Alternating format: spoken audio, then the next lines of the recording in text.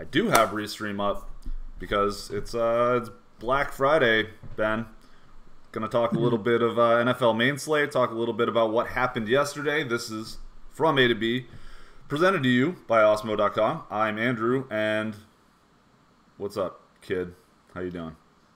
I'm all right. A little tired, not gonna lie. Yeah, I feel like I hope everyone's enjoying. I hope you have the day off, people. And if you do, hope you're enjoying it. Good sports on. We're here. Yeah, we're gonna do a recap of yesterday. Get into because there is a main slate. I know it feels like you got your NFL fix for the week, but there's still a 10-game main slate in a couple days. How was your turkey day? Oh, it was all right.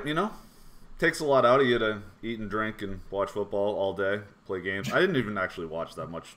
I didn't get to see the night game because the place I went to, I watched like highlights and broke it down a little bit this morning, but the place I went to was a little artsier than I was expecting. They weren't really football people, more sort of, I don't know, different kind of crew. But that was fun. I had to dip out in the middle of dinner when Traquan Smith got declared inactive so that I could update the projections.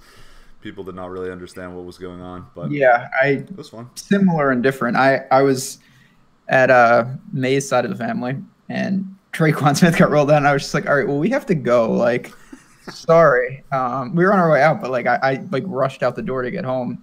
Ultimately, didn't really mean much because Alvin Kamara was my late game hammer. I made a lot of teams, structured them to get him with these other Saints, and that was not the optimal build yesterday for sure. No, I had some teams in really good position if the late game busted, but it needed to bust in different ways than it did. Yeah, the late game was weird. I don't know. I was winning for a while. I was winning. Listen, there was a long way to go, obviously, but I was winning the wishbone thing at halftime of the Washington-Dallas game and had Zeke, Cowboys D, Jordan Reed, and Michael Thomas still to go. It was it's not great. It's not inconceivable. If some things go poorly at night, but they went poorly for all the studs. Didn't go poorly for some of the other guys. Breeze was throwing touchdowns, just not to real people. There were some cheapies that were discussed, but even that, I got my value from the early game. Yeah, same.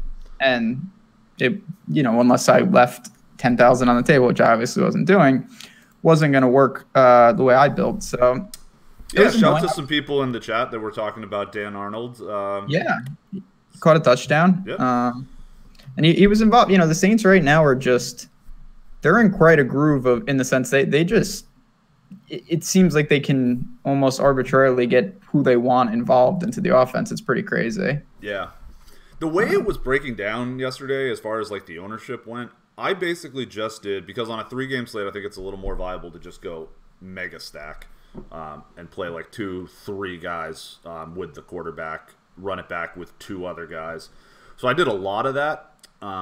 Almost exclusively that, and the way the ownership broke down, I just went flat and used 17% of each quarterback because I thought they were all viable plays, and it was just all right, I don't want to not play Drew Brees, but I'm also not going to be able to get over 45%. Just didn't seem to make a lot of sense. Yeah, I did that with him, but the problem with me was I wasn't even close to having Brees by himself or Brees without Kamara or Michael Thomas. Yeah, exactly. And it had some and if you saved on Amari and Dak stacks, I had several teams that were Amari, Dak, and Zeke, but then had Lions value, and some of them that were unscathed. The Lions weren't terrible; they just weren't. They should have been a lot better. I don't know. Poor Matt Stafford.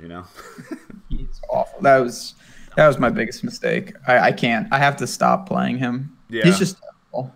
Well, that was a lot of those weren't his fault too. I did watch that whole game, and his receivers were just blowing shit. Michael Roberts was a disaster. That guy just doesn't even look like he knows what's going on. Stafford makes some horrible. Some of those plays though are his fault, and he's just. Anyway, it's a 3-game slate too. It's fun. I like it. Yeah. It's a different mindset though. You're talking, there's just only 3 games. It's almost a hybrid of showdown, which there was a huge showdown last night. I barely played. I was just tired. It's the same as like the night game, Like the prime time stuff. the late slate NBA stuff when it's like, oh, there's 2 games, so you're just in those. I will, when there's a 2-game NBA slate, half my lineups will just be I'm playing 7 dudes from this one game and 1 from the other, and just hope I catch OT, which is not an uncommon strategy. But the less games there are, the more the upside is if one particular game goes off. When there's a ton of games, you really can pick and choose, mix and match around. Like tonight in NBA, I would not be trying to game stack because there's 29 games, I think. Right? All 58 teams are playing. Yeah, they're flying in the Euro League. Yeah, exactly. Yeah, that was Shanghai's got they're big dogs tonight, but I like their chances. It's the Knicks, they're awful. Don't hate.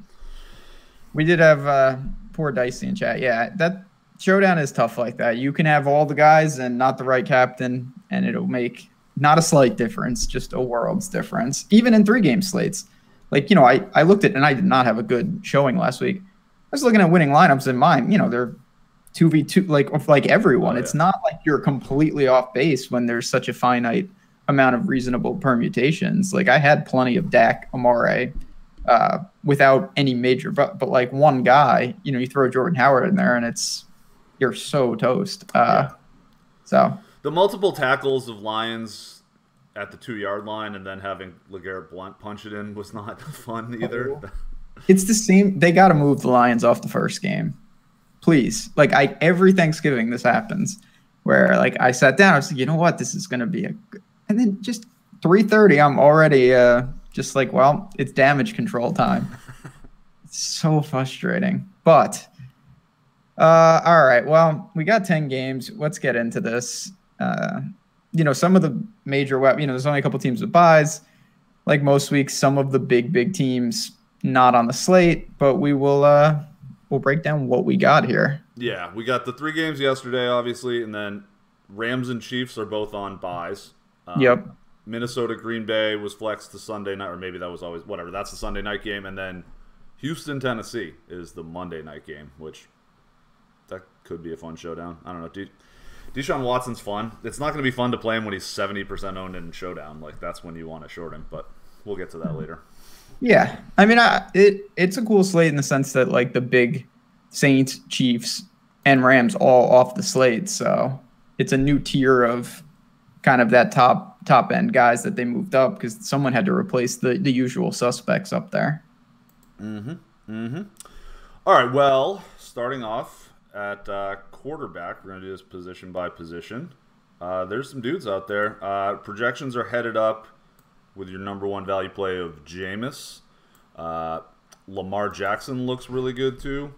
Nick Mullins is projecting really well, but I'm a little bit cautious on that one. I'm going to dig in a little bit more because we do have some data on him that he's okay, but I mean it's Nick Mullins, and it's more that he's playing the Bucs, so that's a big bump for anyone. But I'm not probably going all in on Nick Mullins, and he may get a bit of a projection adjustment throughout the weekend. But those are your top 3 sort of value plays right now. What are you thinking at quarterback? So yeah, I mean those guys, people that you're going to have to take notice of. What we have a lack again with these lack of high-powered offenses. I think more is going to transition to who you're playing. That's going to be step 1. So someone like the Niners, of course, they're going to get a huge boost as they should. Luck is at this point we have to. It's beyond take him seriously. I mean, they have found a way. The center is out. I just saw that before we went on. That is a big deal, but they have kept him clean, and he's again in the dome against the Dolphins. 3 touchdowns it's been months at this point. If you can get up to him, I think that's obviously the spot. The guy I wanted to talk about was Lamar Jackson. I know you mentioned him. It's interesting both ways. My article, which should be on the site this afternoon, and I write it up. I pose a key question each week, and mine was what to do with him. 26 carries last week. I can't imagine that's what they want him to do. And this is a game where they might be able to get a lead and run Gus Edwards and the gang and keep him somewhat upright, because that just seems like ridiculous. It does. Did he even get into the end zone last week and he still smashed? Like, I don't know. I just think there's a pretty high floor where if he's going to run 8 to 10 times. See, it's interesting. It's kind of he's so reliant. His ceiling and his floor is all driven from because in the passing game, it's not going to happen. It's tough. It's not the coolest answer, but if he's going to be popular, I probably am going to short it because if he doesn't run, he's legitimately, at the bottom of the quarterback. 140 yards and a touchdown is like totally in play.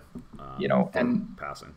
And the ceiling, of course, is huge because if you're carrying the ball 20 plus times like him, I mean, he could legitimately run for 150 plus yards. And if he finds the end zone, it's going to be monstrous. But again, at home against the Raiders, as good of a matchup as it is, it's almost to his detriment. Like, I don't know how many times he's going to have to run if they don't want him to.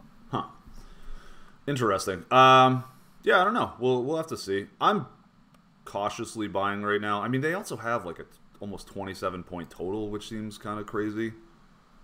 It's a lot of points for a crappy team. The Raiders. The Raiders are horrid. So we'll see. I just would be surprised. I think if he's going to run that much, then he becomes sort of that Cam Newton-ish kind of thing, where like he's going to be involved in the touchdowns. So 27 points is rough. Like 2.8-ish touchdowns projection off of that.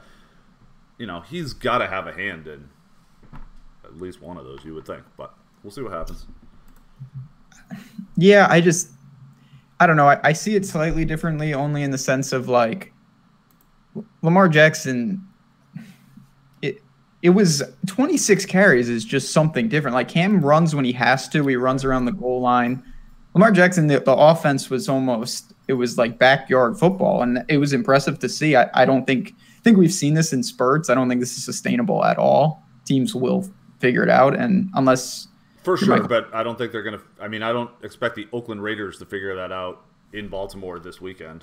100% agree with that. That's not what I'm just mean in the sense that if the Ravens blow them out, part of me feels like he throws 15 times, he rushes 10 times, he's meh, and they win, 24-10. Like that does seem like a decent. And again, this is where ownership is important. All of this is out the window if he's not going to be popular because I will just buy and get some leverage and move on with my life. And if he gets 35, then I'm overweight. And if he doesn't, I have plenty of other teams without him. Yep. I like it. Two of our favorite quarterbacks long-term are facing off against one another. We've got Russ versus Cam. I'm not in love with either of them, though. Me neither. That's a monster game for real life. Not winner. Well, it's not an elimination game by any stretch, but they both desperately need it. I'm not super into them either. I, of course, get it if you want to go there, but I mentioned Luck already, and you mentioned Jameis. I don't know. There's just other options in each guy's price range that I'm more comfortable with. I'll throw one more out. I know you're obviously a hater, as we've seen on Twitter, but I'll have some Carson Wentz this week. I really like Carson Wentz this week. I was going to bring that up. Listen, hater on Twitter, shut up. Those are real life quarterback rankings. All right, you're 5. Real life. This is not about. That was not about Josh Allen. What? Then where was Josh Allen? That was my question. He's not a quarterback you want to go start a playoff game with tomorrow. That was all I was saying. Like tomorrow, right now, this is what the rankings are for me. But on Sunday, Carson Wentz. Yeah, at home, Giants. It's against the Giants, yeah. I'm just saying. Fair enough. And he was one of the 12 guys that you can roll into the playoffs with. God damn it, then. They're not going to be rolling anywhere this year, but no. This is obviously, if the Eagles have any hope, they need to win this game at home. They should win this game at home. And Wentz, after just being, he's been bad, should keep ownership down. Price is fair. I think it's a pretty good spot. You got plenty of weapons to pair him with. Ertz in particular, who burnt everyone last week. Yeah, I really like the Wentz Ertz stack this week. Same. Really like that a lot. You know what the funny part of that was? You know what the most common? I mean, it's not really surprising, I guess, but the most common pushback of people being like, "Oh, you idiot," about that was Mahomes not being in tier 1, like not being up with Brady, Rodgers, Brees. It's stop. He's really good. He makes so many mistakes. Those top 3. It's not the. I mean, putting him in tier 2 was like bit of a stretch for real life for me. He's by far tier 1 by himself for fantasy, but did you, not that we need to go down this wormhole, did you consider not putting Brady in tier 1? No, because it's not really his fault. It's his weapons have been bad this year. His offensive lines played poorly. Gronk and Edelman have clearly not been healthy. No, I think Brady's still really good. He doesn't ever screw up himself. I was trying to put from a real life perspective what the quarterbacks are. Okay, it was not about fantasy. Wasn't about shitting on your team. We got some good stuff in chat. I want to just recap it real quick. Yes, if you use Lamar Jackson, I would actually recommend not using anyone else from the Ravens because, as we just talked about, the upside and the value, everything is coming from the legs. I don't see much incentive to pair Crabtree or John Brown with him. I mean, I like Brown more than Crabtree because I can see him taking a shot. Yeah, that you don't want to. Yeah, I agree with that. But even there, this is a guy. He's so unique. Don't even worry about pairing him if you don't want to. Good job, Sean, winning monies. Is NFL DFS easier than NBA DFS? Normally I would say definitely, but the way I've been playing, maybe not. The problem, we talk about this all the time. The NBA DFS is the most solved of all the DFS sports. Everybody, to an extent, in terms of solving it, is closer to doing it. You don't miss as much. You can really, so the edges are really small. What the big thing I would say about it, if you're playing NBA, like just from a tournament perspective, you can MME NBA, and like if you can have a bad night where you lose like 30-40%, and it's like I kind of hit this, I kind of hit that. Like it's a bit more of a lose slowly kind of situation. NFL you can lose 100% on, but it's more beatable over the long haul. What? I said I'm living proof of that. Can confirm. Yeah. You can just get wiped out in NFL. It's really hard to get wiped out on a slate in NBA, but it's also really hard to clean up in NBA. Yeah, no, that's a good point. NBA is a slow death. Like I see like that betting versus NBA is like the middle ground between sports betting and showdown. Well said. I agree with that 100%. Yeah, just like betting, it can be a slow grind. Okay, back to the real world here. Do you have anything else? I mean, I don't. But that's why. I think we got a couple more comments about that. But just to sort of wrap it up, NBA is a bit more predictable for the most part. It is a lot more predictable, which is why it's harder. That 10%, 15% that DraftKings takes off the top or FanDuel takes off the top becomes very difficult when everyone's doing the same thing because it's the right thing to do. Think about it like this: if there was a way to actually, if everyone knew the end results, everyone would just be raked. And you would all like NBA is closer to that happening than anything else, and that's why it's slow. NFL, we have no clue what is going to happen. We are throwing darts. So can confirm, living proof. So when you throw the dart and it hits the right spot, hell yeah, dude! But it's also easy to just like completely whiff. So. Yeah. And smaller sample size. There's not as many slates, so much more variance. There's less plays. Just think about it in the total number of plays. A quarterback, a team's offense is going to put like 60 plays out there. In an NBA game, it's 120. Not that many, but a lot. We will get to Cameron Brate. Someone just mentioned him in the chat. Definitely a guy we want to talk to. Do you want to move to running backs though? I don't have much else in the quarterback world. I'm keeping it pretty simple. I don't think there's a big need to reach. No, I don't think so either. Yeah, I think Luck and Wentz are the kind of fun tournament plays. What to do about Lamar Jackson is going to be interesting, and then that Tampa San Francisco game for cheap action is going to be a good one to stack up. Yeah, that's about it for me. Okay, moving to running back. So we got Saquon broke the 9,100, fresh off his domination of the Tampa Bay Bucks. Then you got Melvin Gordon, McCaffrey, usual suspects. For me, no surprise if you watch this show or watch the Sunday show with me and Lofty, I like Joe Mixon. If I save a little at running back, I don't mind starting with him. The way to attack the Browns on the ground. I don't know what AJ Green's status is. I think he's sitting. It seems that way, but Mixon had the. He didn't practice again today. I think he's basically trending towards out. I just, like I said, give me Joe Mixon sub 7K against the Browns. That's how they should attack. That's how they will attack. He has a stranglehold on the backfield.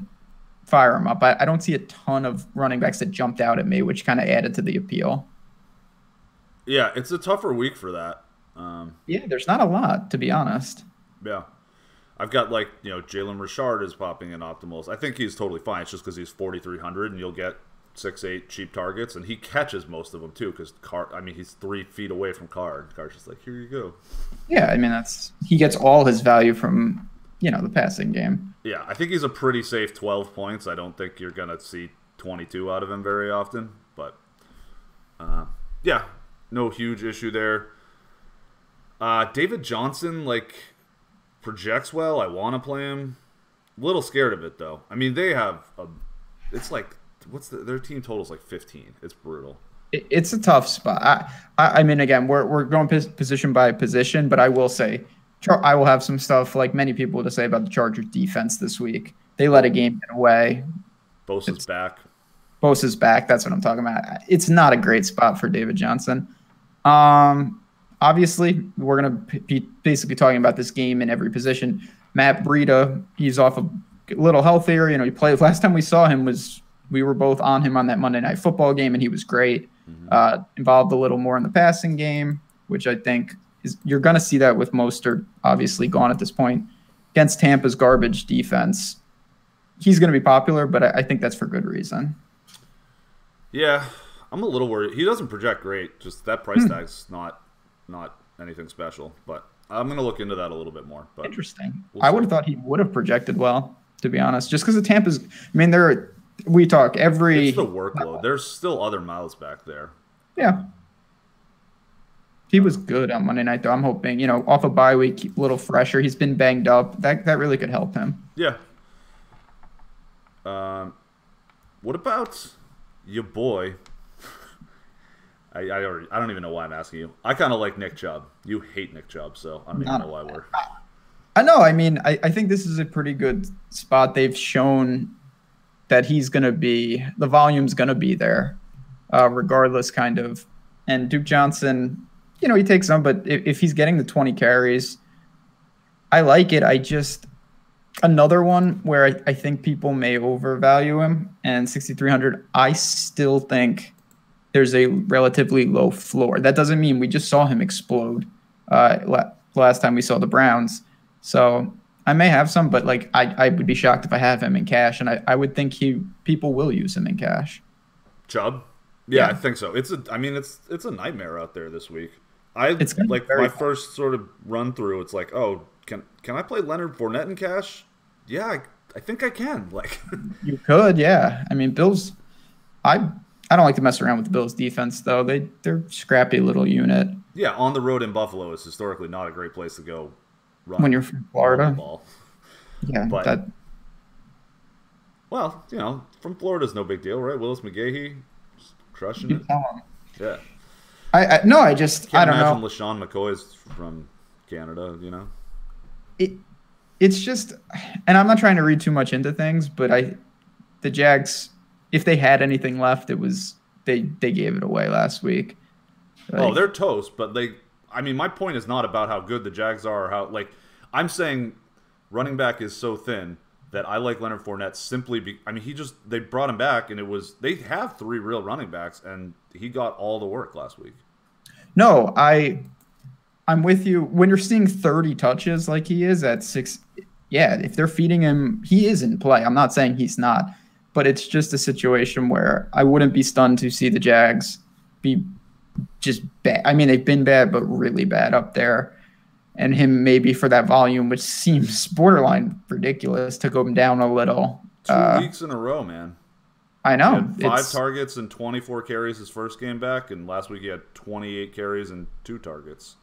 They don't want to let Blake Bortles do anything. They don't. They're just cruising out till they get rid of Bortles at the end of the season. And yeah, they're not going anywhere. I know Yeldon has been there, but Carlos Hyde could spell him, 20 and 10. It seems a lot more reasonable than 30 and a handful for Hyde.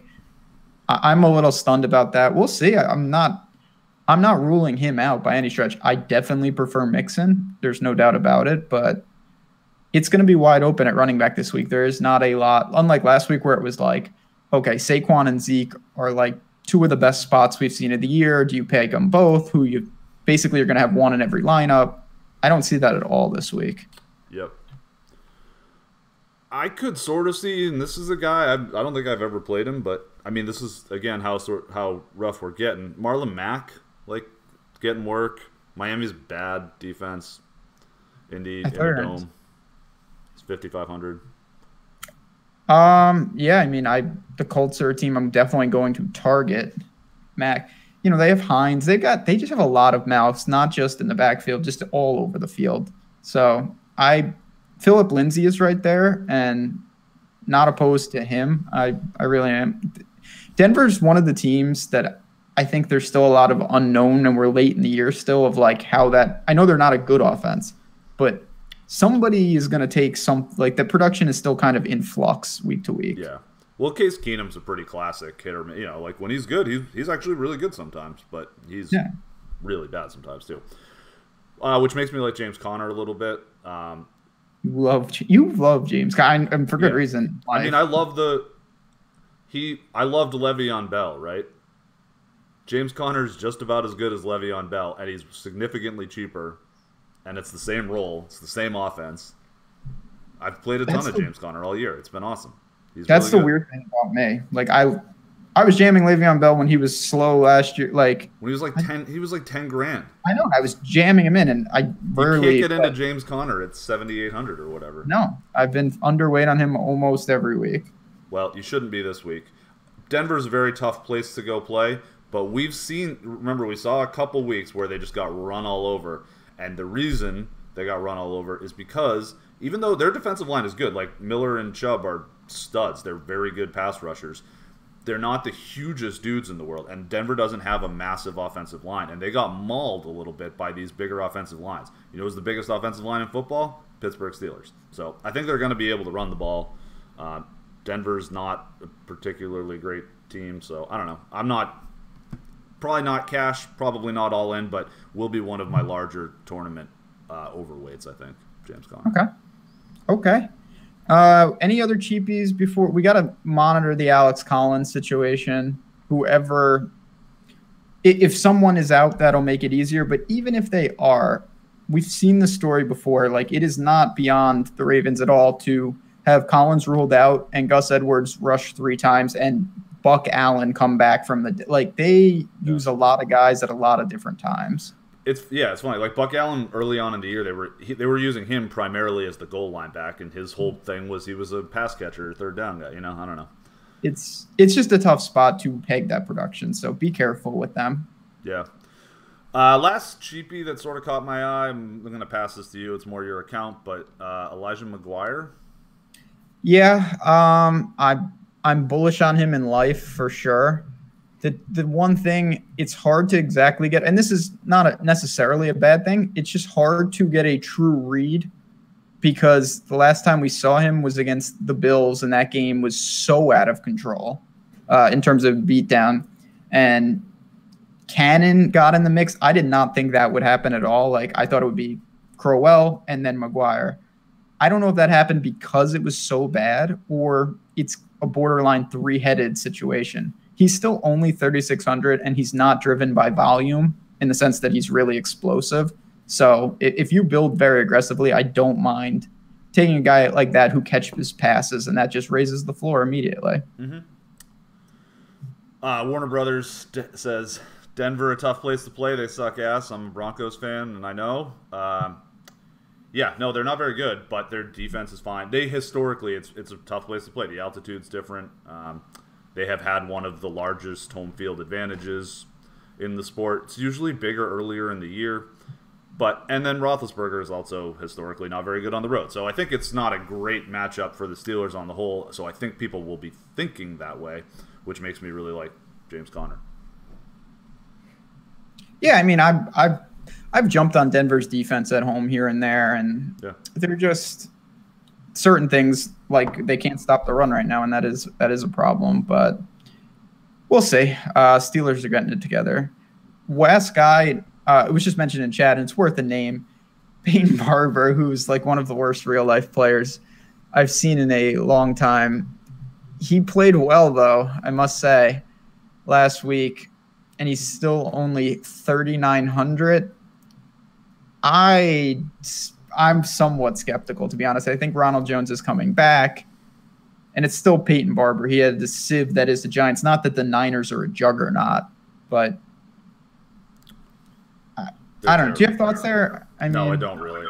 I'm probably not going to get there. There's other guys I'd rather take stabs on. I just have never been a Barber guy.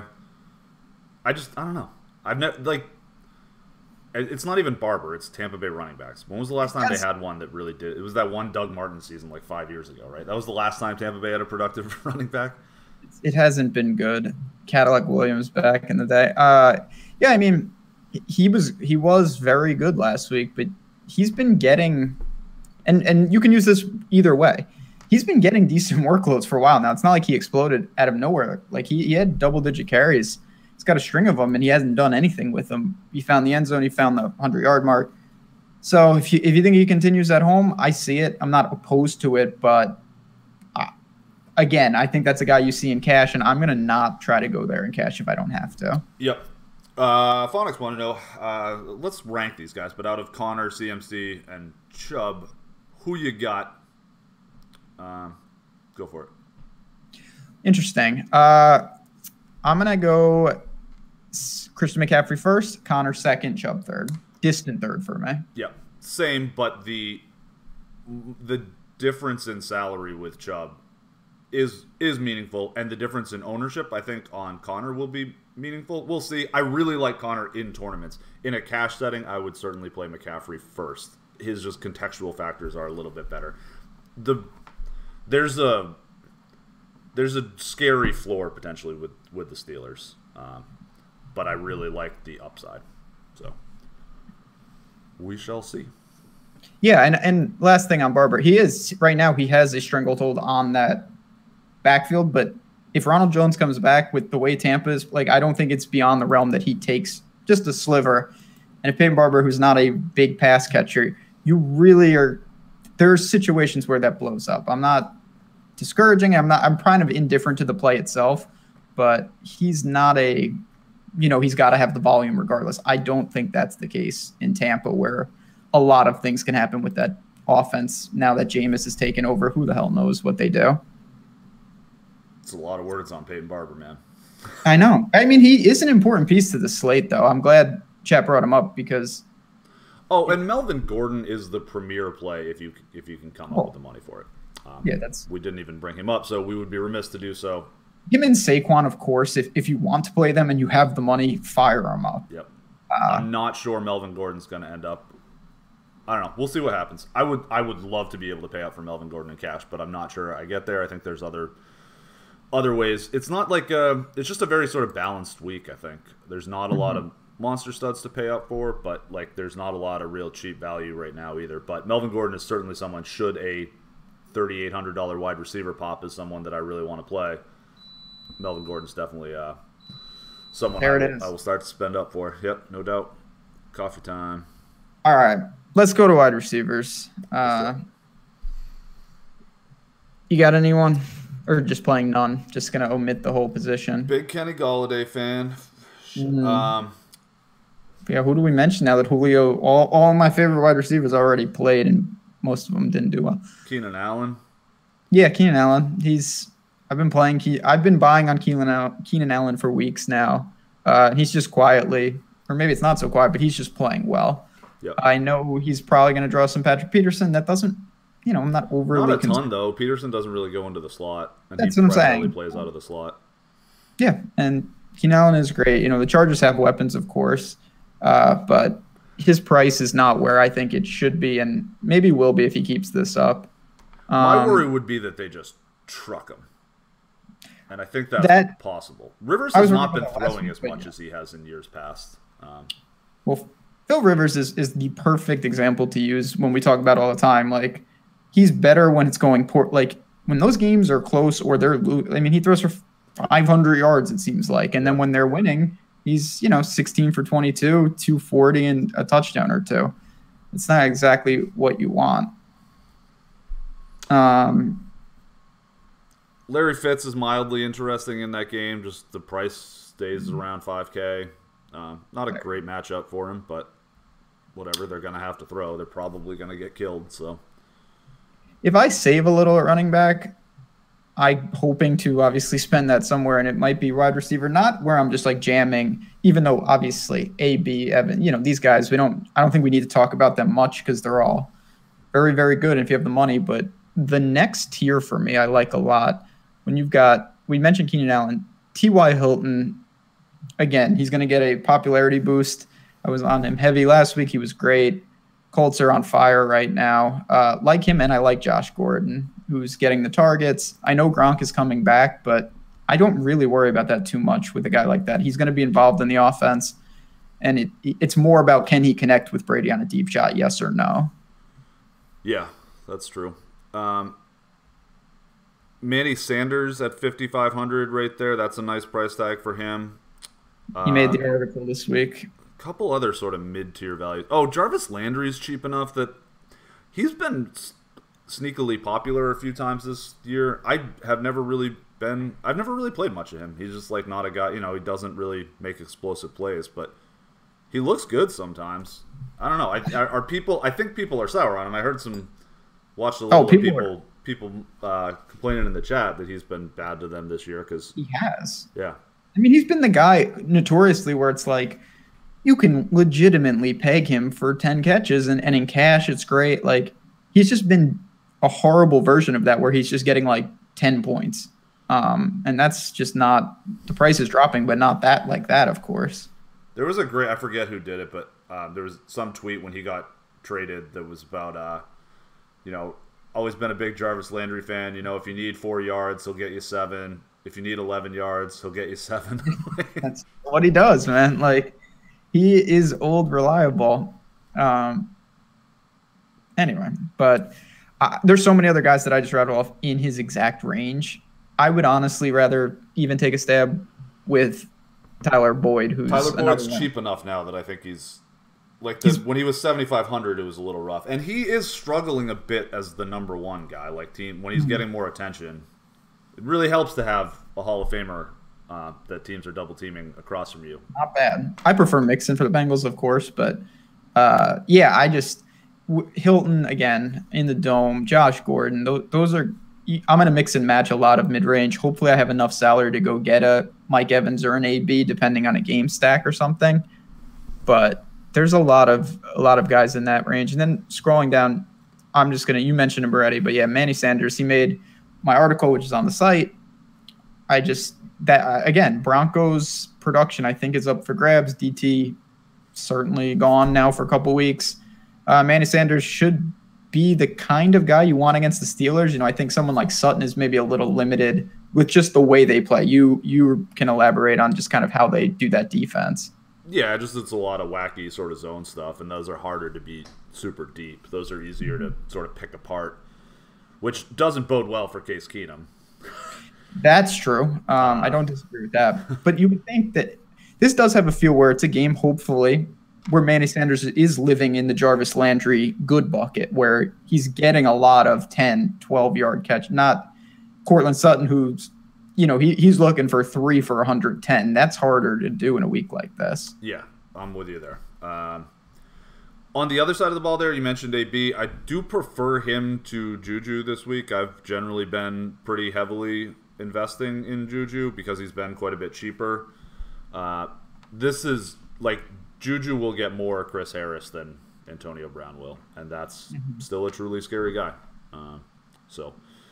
Do you have any love from in terms of the Eagles-Giants guys? Odell is up there. He scares me. I don't know what to do. Of course, he's in play, but honestly, I don't know how much I'm going to get to him. And then you got Sterling Shepard, you've got Tate, Alshon, Ertz and Ingram we'll get to when we talk tight ends. There's a lot of options. No one really popped off the page for me. Yeah, is Odell Beckham going to be like the 35% owned guy this week? I don't think so. I don't know. I really don't. Okay. But could I be wrong? Of course. That is not what I envisioned. I think he gets some ownership, but there's like I think him, AB, even Evans, now that he had a big, somewhat ridiculous game last week where he recovered a fumble for a touchdown, I think they all generate a decent amount of ownership to the point where there's no substantial, massive, like, oh, Odell's 40 and the other guys are 12. Right. No, I think that's probably fair. Ownership projections are not up yet, so we will have those shortly. They're still for Thanksgiving right now, but those I imagine will get up later today over at Osmo.com. But I'm interested to see where Odell shakes out because I do like the idea of him in a vacuum. I mean, the Eagles just don't have a cornerback left. Well, they're falling. Yeah, I mean, their secondary is getting. Talk about the injury bug. They're running out of guys. I don't mind that. I want to jump on Golden Tate a little. Saw 8 targets, but again, it's tough. That's another team. We didn't really get to see stuff because the game was so bizarre last week where it was, they were down by 40 points. I don't hate that. He's still sub 5K. The price is going to continue to rise as he gets acclimated. We're going to get to tight ends. Ertz, still the guy for me, though. Like, you can get him at not the ownership you saw last week. And one bad game doesn't dissuade me. Yeah. I do think Wentz with Ertz and Tate is a very appealing stack. Mm-hmm. Yeah, and you can interchange that with Alshon, of course. Yeah. No, I like, but I don't think Tate will be owned at all. And I think he's cheap, and I don't know. There's a lot. He's $4,800. This guy's a really good player. Oh, he's great. Obviously, he hasn't totally picked up the playbook yet, but he's been there a few weeks now. Maybe he'll start to. Yeah, and the running game, they've got 3 guys with Adams leading. I don't think that that's overly. Wentz is going to have to throw even in games where they may be ahead. So yeah, I think so. They do a lot of that sort of use. They are effective, or were last year, at that sort of use the short passing game as the running game kind of thing. And Tate is one of the premier weapons for that in the league. It's also old Edelman are probably the best too with that. As Slowpoke just said in the chat, and this is true. I live in New York, so I know better than most. Like they still have Eli, so it's like I know he looked okay against some of these. Eagles do not have Eli, actually. That's true. I just meant on the other side of like the Odell. They might as well in your tiers. Am I right? No. It's tough still to see. Sometimes Eli just kind of, when he's getting sacked like no other, it can paralyze that whole offense. But the last time these guys played, I think it was Thursday night, because we did a Three Fellas show where we broke down this game, and we were all somewhat on Odell and Saquon because Eli has historically actually played okay against the Giants. They got killed in that game. Eagles. But yeah. Yeah. And that was, I do remember that was my big, that was right, because Lofty was into Alshon, you were really into Barkley, and I was really into the Eagles just beating the shit out of them, and we were all right, but they were like things that didn't go together, so you wouldn't have thought, there was not many outs for all 3 of those to work. Yeah, that was at the point where and not that they're not, but the Eagles, people were hesitant with Barkley because of the running, and then he ended up running through them, and everything came to fruition. It was just not the right. Yeah, it was a weird game, but the point on that more is that Eli historically has been pretty fine against the Giants, and a lot of that is because what? Eagles, yeah, whatever. It's a day after Thanksgiving. You got to cut us both a break. we're hurting here. Yeah. It's on the day it's what did Avery even tweeted something about being it's Thanksgiving's a tough day when for being socially acceptable to start drinking at noon and then having to tilt sports or whatever. I forget exactly what it was, but it was pretty funny.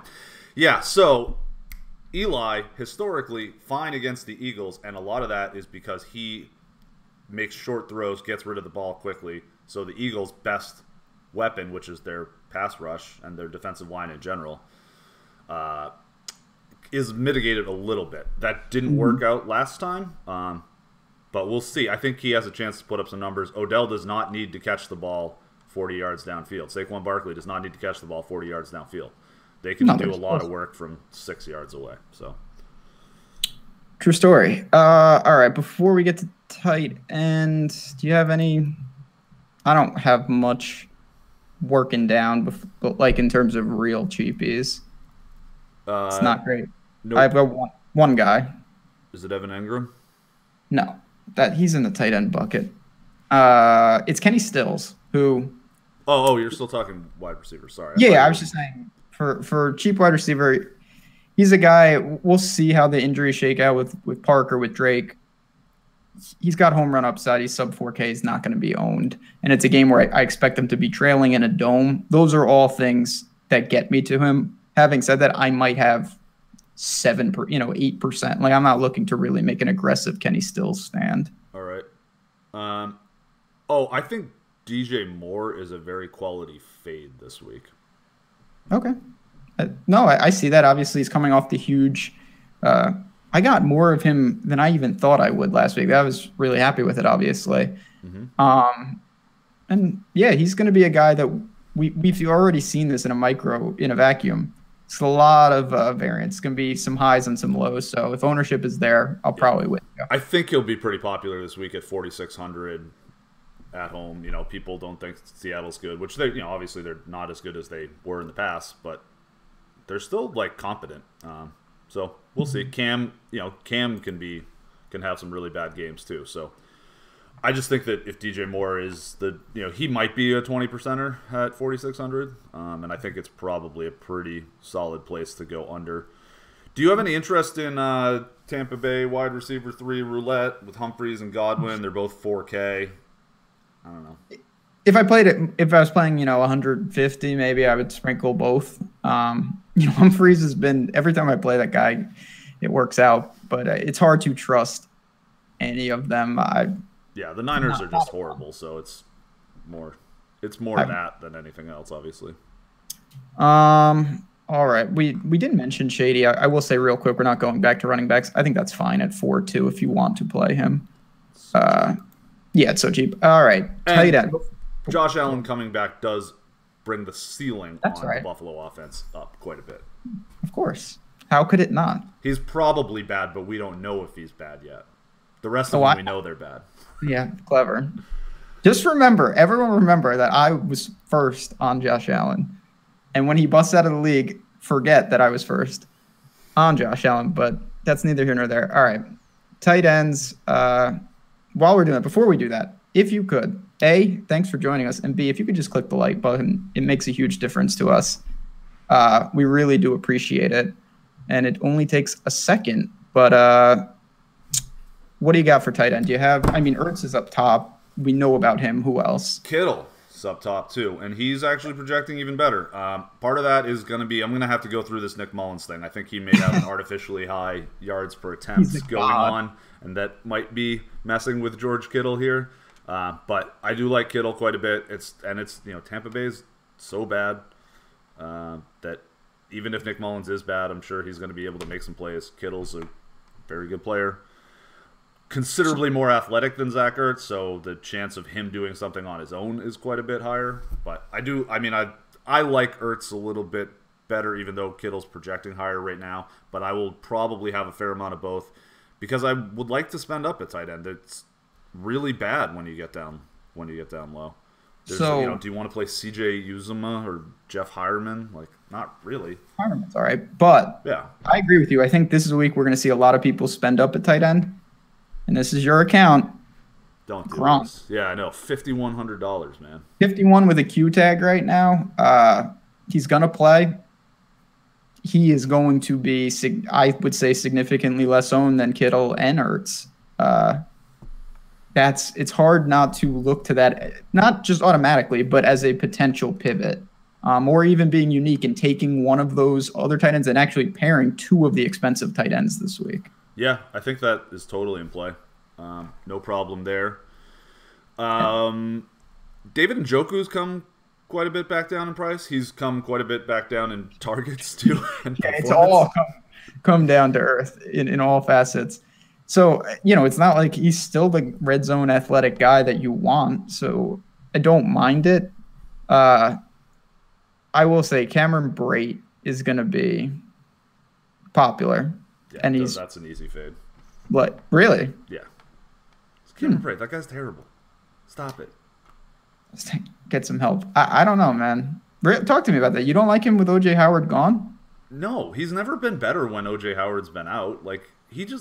I just don't know if you can figure out Cameron Brate. So, hopping on him when he's chalk is not like what I'd really want to do. I get the I mean, I certainly get the yes, it's a better spot than if there's another mouth there, another guy that's going to be playing tight end. Sure. Yes, it's in a vacuum a better spot, but if he's going to be now 25% owned because he's really super popular. Cheap, like I don't know. What about sure, there's a 2-touchdown game there, yeah, but I mean more often than not there's a 2-catch game. So just gut shot, I know it's very early. You don't think you'll have him in cash? I don't imagine I will in cash. Okay. We'll see if that changes. But no, as of right now, I'd rather try to spend up for Kittle or Ertz. Both of us, as I keep saying, we have not finalized, or I haven't even built my cash lineup. What I was planning to do, though, was to have Ertz and Brate in cash. Okay. But I will have to look. That's an interesting point because I'll be honest, I kind of did fall into maybe a false narrative of like, okay, O.J. Howard is gone. Cameron Brate, this is just one where you kind of take it in cash. Jameis, is he better with Fitz? We don't know, right? They went to Harvard together, but Jameis likes him more. But Jameis needs O.J. Howard. It's so complicated that it's not something I'm like, oh yeah, that's a rock solid play. I'm just locking it in. Like I'm taking an L here preemptively because you're right. This is the exact reason why I'm talking about Peyton Barber being like, fine play if you want to do it, but I'm a little hesitant because the Bucs offense is with these. Obviously, they keep changing the QB. There's just a lot of stuff going on. So that is well said. I think I'm gonna have to revisit Cameron Brate Sunday. I will have more to say on him with Laffy because that's an interesting one. Sounds good. Yeah, I don't know. We'll see what happens with him. I mean, it's I'm gonna look really stupid if he is super chalk and scores 2 touchdowns, which is absolutely in the realm of possibility, but I think it's more likely that he doesn't, and I'm not willing to go overweight on the field on that because there's just a lot of questions. Speaking of a lot of questions, got some Evan Ingram, and that's the last one for me. Yeah, Evan Ingram, I mean, I've been playing him. No real issue with taking stabs. You just got to hope he's athletic, he can make plays. Right. And it's not like this is a better week. There's nothing that's changed about this. This is, I think, for both of us, not to speak for you, but I think I can hear that Ingram is more of a long-term buy. We both like the kid. It's not anything special about this matchup. It's just he's really cheap. He's not popular. He's going to have some big games, so keep buying. And it's hard to predict. Like, he's going to have a big game because he gets out of a tackle and runs 60 yards down the field. He's really fast. That's what I'm saying. It's stuff like that. You almost have to say, if you want to, I'm going to buy this guy almost perpetually unless something really changes and hope that one of the weeks he does do that. We saw a glimpse of it even last week where he made a huge play. He was doing nothing, and he broke a giant one. I looked at Jared Cook. I don't even know if I can get a Raider into my lineups at this point. It's a brutal matchup. That's obviously by default the way the Raiders are going to attack. I'm kind of indifferent. If maybe I need someone at that range, sure. But I think we talked about enough guys, and I'm not completely ruling out Brate still, even though I've softened just in the last 10 minutes. Yeah. Listen, Brate's not a bad play. It's just not I don't think it's as good of a play as it will be popular. So if he's 25% owned though, and you have a line that he with a low floor, that's a really potential great pivot because time and time again, those if you can avoid that, that's very clutch. Yep.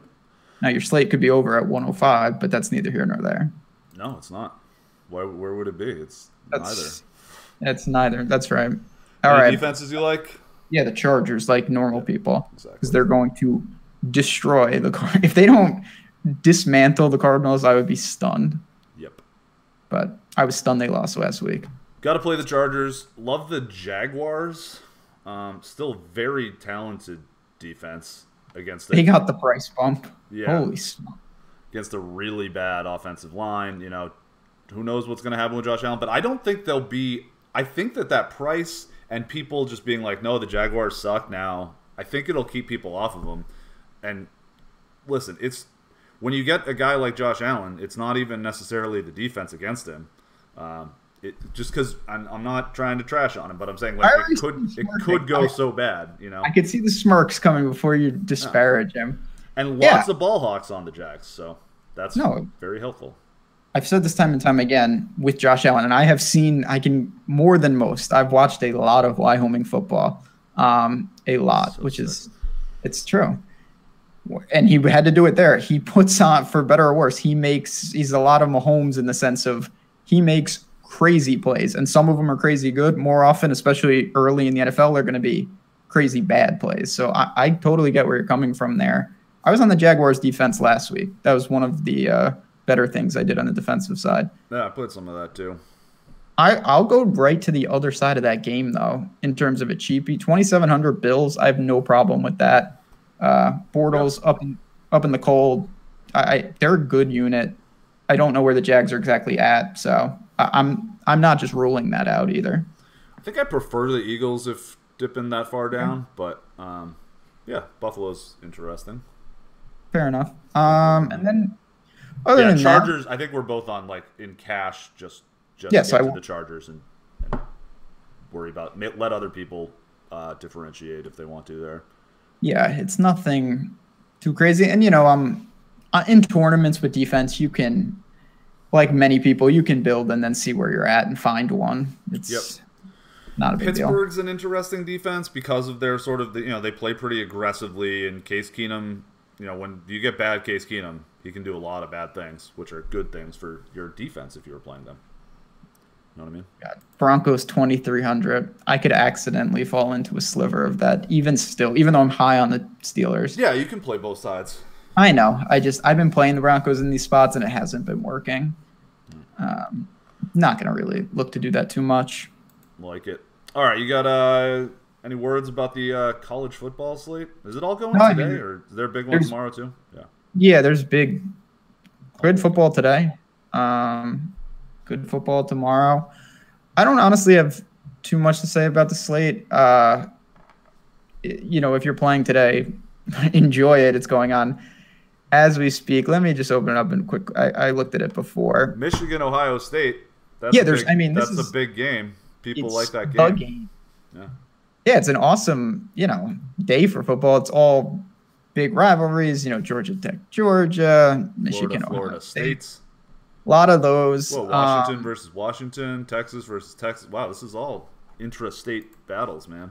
A lot of interstate battles. There's someone like we have a couple new teams. I know it's late in the year on the slate. Khalil Tate back from the super dead. He was like and many people. He was the dude. Like Mike Vick like speed. He was running for like 200 yards a game.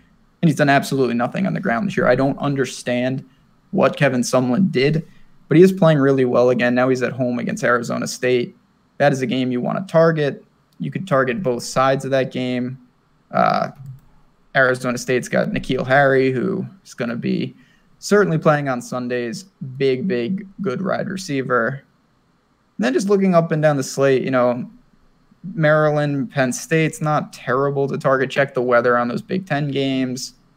Texas Tech, Baylor, definitely one you want to look to. And we got to see. Is the Louisiana game on the DK I wish. slate? That would be more my speed, the old Warhawks.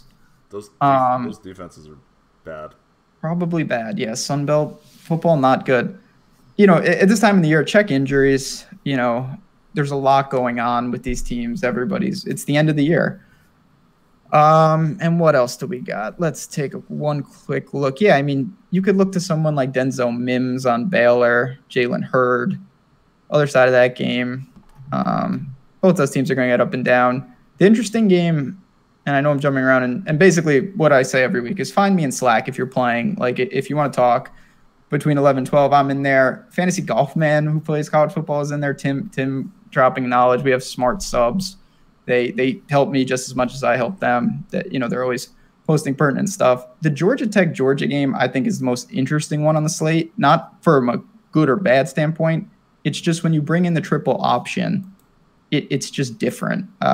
We've seen time and time again, on paper, it's like, well, Georgia, and I do expect them to handle Georgia Tech. I'm not saying that, but we've seen spots like this where Georgia comes in really hot, Georgia Tech comes in banged up or not good, and they give them a game and they can get after it because it's very hard if you're going through a season to practice that. And that's why Georgia played my alma mater last week. They scheduled UMass right before the Georgia Tech game. It's done, of course, in advance, but that was basically a tune-up. I'm sure they were practicing more triple option than worrying about what UMass was going to throw at them last week. So if that game gets close, I don't know exactly what to do there. It's more of a fade spot, or if you want to target someone like Marshall on Georgia Tech's side, if you think he can be effective in the running game. Mm-hmm. Like that. You got takes on how is Ohio State Michigan like a good DFS game? It's just I've watched those before, and I never watch college. You should watch that game tomorrow. Fun, yeah. Our homie Bruce Jr. is reminding us the entire Saints secondary, as well as Mike Thomas went to the Ohio State University. Pretty fun. Yeah, I mean it's going to be interesting. So not that I'm a Michigan fan, but I hope Michigan wins. I will say this: people have, to an extent, have Ohio State dead and buried. They looked awful against Maryland. They've looked awful for months, and they still only have the one loss. They got smoked by Purdue. It's in Ohio. It's in Columbus. Ohio State's a dog in the game. I hope Michigan rolls them. I mean, Harbaugh hasn't beaten them. I expect a damn good fight from Ohio State. I really do. Get in a lot of bets shorting Ohio State when it looked like Urban Meyer was about to get fired. I got in a lot of bets when he was suspended on a couple of those games early in the year. It actually didn't really help me too much, but because I do remember you being like, if it's still on the board, he's gonna get fired in like 2 hours. Oh, well, I was trying to get that, which he did not get fired, obviously. J.K. Dobbins, do you like that guy? No, absolutely not. No, not against Michigan's defense. Probably the best in the country. I think that's a fair statement. Ooh, they're unbelievable. Better than Georgia? Georgia's good. Alabama's good. But Clemson has 4 first-round picks on the defensive line, from what I understand. You don't have to tell me twice. Yeah, so Clemson's defensive line is so good that they're just running those guys. Like Dexter Lawrence has a couple touchdowns. So does Wilkins. They're just giving them the ball on the 1-yard line. So they're all scoring at will. It's pretty fun. Michigan's defense. But again, I don't want to – I like Michigan. But they haven't seen – I mean, Ohio State's offense is no joke. They're really more one-dimensional than I thought. Haskins is throwing the ball legitimately 60 times, throwing for 500 yards. Yep. They have so many receivers. So if you want to take a stab with someone like Paris Campbell, you want to take a stab with the guy who spells my name wrong, the Benjamin Victor dude, sure, but it's tough sledding. I don't think that's going to take on a more of a old school NFL type. Like I expect a 28-24, a 24-17. Michigan on offense, Higdon, sure. I don't want Shea Patterson in there. I don't want Donovan Peoples-Jones. Tariq Black is still coming back. He's in the game, but it's not enough. So there's not much to love from a fantasy perspective, but it's a great game. Yeah, it'll be fun to watch. I kind of like Michigan. I hope because I was in elementary school this has nothing to do with football at all, but I was in elementary school for the Fab Five teams with like Chris Webber and Jalen Rose, or that team. It was only 1 year, and they were so cool when I was a kid. It's just like, man. So I've always sort of kind of liked Michigan just because of that. Yeah, I mean, Sean just said this in chat, and I agree. This is by far the toughest test that Michigan's D has seen. I mean, they got Notre Dame, and I like many, I think that Michigan would handle Notre Dame now, but they got them at the beginning of the year. Both those teams are different. Michigan hasn't seen a team like this, and they're on the road. If this was in the big house, Michigan would be like, 7 to 10 point favorite. It's not. So if it's cold, if it's wet, maybe they try to control the game on the ground with Dobbins and Weber. But, God, Michigan's going to be – I mean, it's going to be a good one. I cannot wait to see it. Yeah, it's going to be wild. Big weekend of sports. Should be fun. Should be fun to watch. Should be fun to hang out. If you haven't signed up and you want to get the better takes on college football with some – Ben talking with people who actually pay attention to college football, unlike myself, just hasn't been on the docket. I just haven't found the time to do it because I'm knee deep in all the other ones. So you should sign up for Osmo.com. We are having because of the Black Friday sale, promo code Cyber Month. You can get half off your first month, or you can get 12 months for the price of 10. Saves you about $120 on a year's supply of Osmo. That'll get you into Slack. That'll get you hanging out with all the college football people. You get access to all of us. You can bug me in there too. I'll talk about some basketball with you. You talk Hollywood Brown for us. Yeah, exactly. I just rep Hollywood Brown. It is a great sports week and one of the best. There is so much going on right now. Yeah. So everyone have a good time out there. Thank you for listening to us. If you're watching along and you don't mind giving us a like, we really would appreciate it. We appreciate you, and we'll talk to you soon.